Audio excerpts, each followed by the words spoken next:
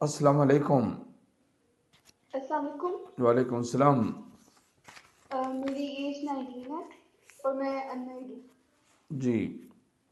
मैंने ख्वाब में देखा था कि मैं और मेरी कज़न ना एक रूम में जाते हैं और सामने एक पिक्चर होती है, उसमें खाना काबा की ना तस्वीर दिख रही होती है। और फिर मैं वहाँ दुआ करती हूँ, फिर मुझे एक वाइट कलर की लाइट नजर आती है।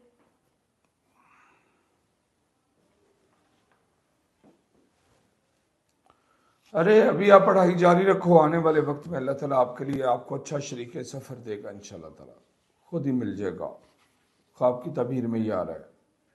समझ आ गई बात की। जी।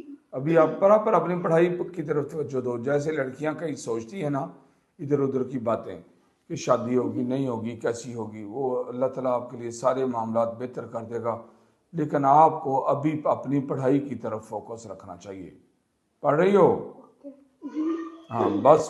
अभी पढ़ाई करो, जारी रखो पढ़ाई। और उसके बारे में सोचने की ज़रूरत नहीं है। वो अल्लाह खुद ही आपके मामलात को समेट देगा इंशाल्लाह। आपके ख्वाब की तबीर मुकम्मल हो गई है।